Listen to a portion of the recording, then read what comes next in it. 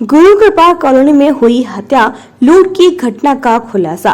Driver नहीं रची थी साजिश। एक सप्ताह पूर्व थाना हाईवे अंतर्गत गुरु कृपा विलास कॉलोनी में मुकुट श्रृंगार व्यवसायी की कोठी से हुई लूट हत्याकांड की घटना का पुलिस ने राजफाश करने का दावा किया है।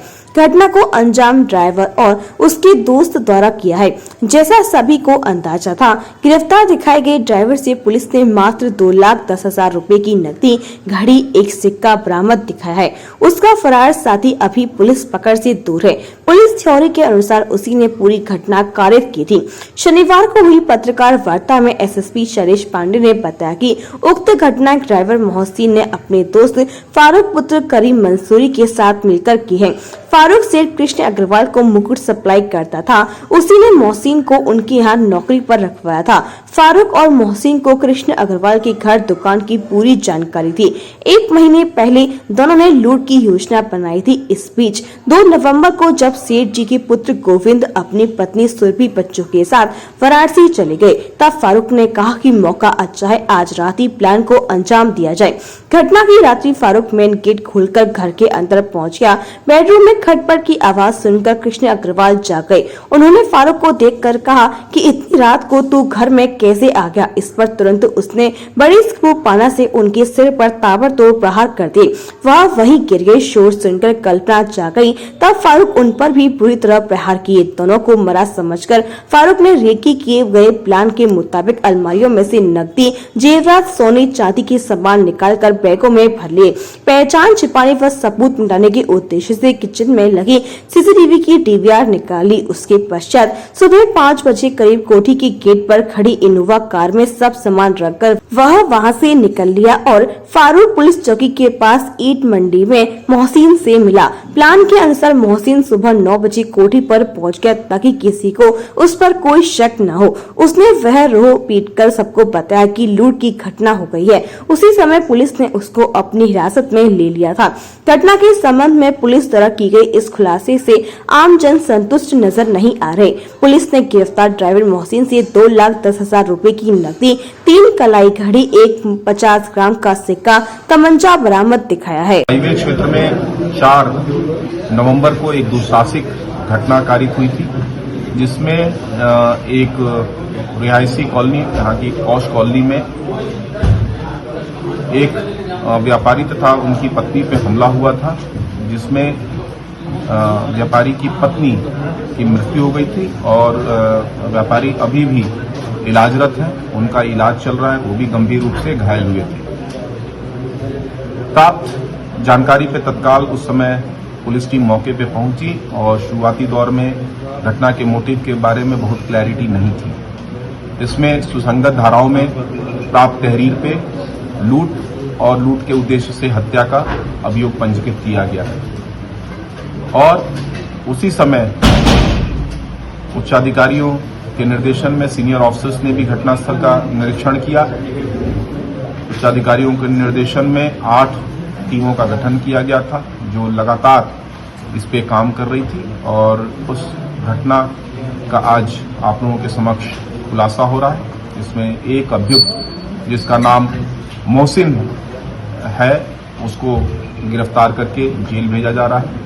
कल रात में मुठभेड़ के दौरान उसकी गिरफ्तारी हुई है।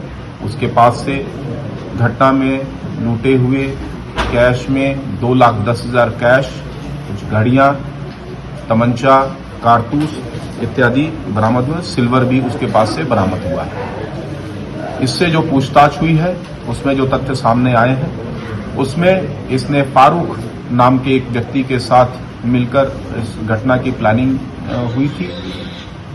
फारूक भी जो पीड़ित परिवार है उनका परिचित था और घटना वाले दिन बहुत ही प्लानिंग के साथ इसको अंजाम दिया गया था। जो मजरूब है मिस्टर अग्रवाल, उनकी रूटीन के बारे में इनको अच्छे से जानकारी थी। जो आज गिरफ्तार करके जेल जा रहा है, उन्हीं का ड्राइवर था। ये वृंदावन में अपने दुकान से वापस आते थे डेली दुकान बंद करके, और ये ड्राइवर उनको घर छोड़ के जाता था। जिस दिन की घटना है उसके पहले वाली रात्रि में मोहसिन ने, फारूक नाम का जो अपराधी है, जो इसमें अभी फरार चल रहा है, उसको अपनी गाड़ी में पीछे के साइड में, सबसे पीछे जहां सामान रखा जाता है वहां छुपाकर घटनास्थल पर लाता है।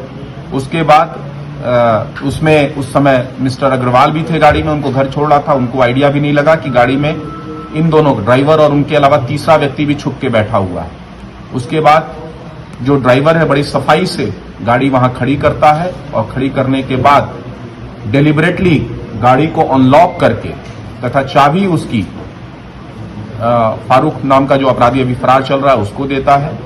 रात्रि में 2:45 बजे के आसपास ये अपराधी जब श्योर हो जाता है कि अब बिल्कुल सभी लोग सो गए होंगे तथा मोहल्ले में भी सभी लोग सो गए होंगे, गार्ड भी जो है वो थोड़े कम अलर्ट रहते हैं ऐसे समय में, उस समय वो घर में प्रवेश करता है। घर की चाबी, एक मिसिंग चाबी जो थी वो इसके पास पहले से थी, उस चाबी से दरवाजा खोलता है और वहां जाके कमरे में जब मिसेस अग्रवाल की नींद हल्की खुलती है तो तत्काल उन पे वार करके जो टूल बॉक्स के औजार होते हैं उससे उन पे वार करता है और साथ ही साथ जब मिस्टर अग्रवाल रिएक्ट करते हैं तो उन पे भी वार करता है और कई चोटें इनके ऊपर कारित की गई, जिससे कि मिसेस अग्रवाल की मृत्यु हो गई और मिस्टर कृष्ण अग्रवाल अभी भी हॉस्पिटल में इलाजरत है। वहां से उस अपराधी ने कैश और ज्वेलरी वहां से लूटी और उसके बाद मिस्टर अग्रवाल की ही गाड़ी लेके वहां से फरार हो गया।